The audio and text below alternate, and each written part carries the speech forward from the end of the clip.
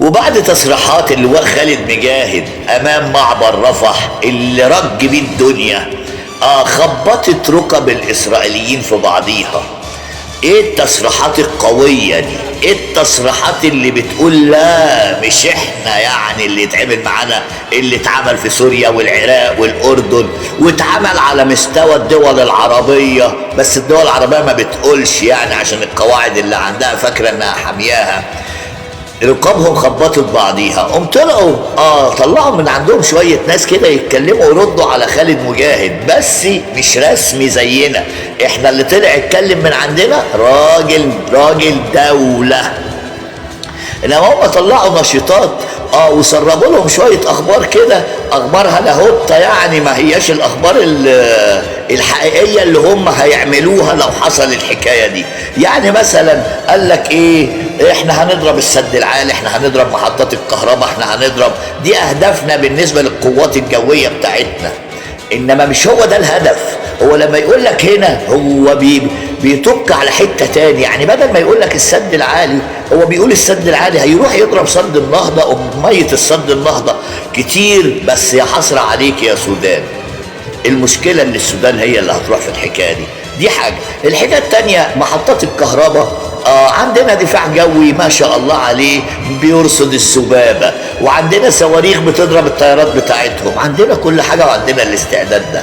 ولكن عندنا كمان حاجه هم مش عارفينها، عندنا شبابنا الصغير ابتداء من 10 سنين يا راجل بيرقص بالسنج والمطاوي والاسلحه، ويقف بيرقص وهو فرحان بيرقص بالسلاح. هم مش واخدين بالهم من الحته دي، ان احنا عندنا شباب بياكل اللحمه نيه، مش واخدين بالهم ان عندنا شباب يرقص على جثثهم، مش واخدين بالهم. لا احنا بنقول لكم بقى انزلوا اتفرجوا على شبابنا في الاحياء الشعبيه، الشباب الرجاله اللي على حق ربنا، اتفرج عليه وهو بيرقص مش بيتخانق، اتفرج عليه وهو بيرقص شوفوا بيعمل ايه. لازم تبقى عارف ان عندنا شباب ياكل الزلط بيرقص على انغام السكاكين والسنج، لازم تبقى فاهم الحكايه دي. ولكن احنا اولا بننحني لشبابنا الجميل تقديرا واحتراما، شباب مؤدب، شباب جميل، شباب ما شاء الله عليه، يعني حاجه تهز الروح كده. الحاجه التانيه ان الناس دي اعدائنا يا ناس، عايزين يقضوا علينا، ده حاجه. الجماعه الاخوان بقى بتوعهم اخوان لبراس اللي هم اللي عملوهم، لازم تبقوا فاهمين ان الاخوان لبراس دي جماعه الاخوان الشياطين، اخوان المنافقين، سموهم زي ما تسموهم، بس انا مسميهم البرص، اخوان اللبراس، لان هم اخوانهم.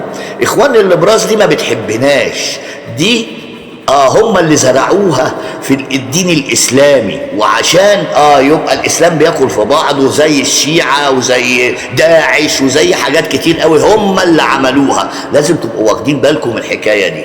دول مش تبعنا وما نسمعش كلامهم يا شبابنا يا حلو يا محترم.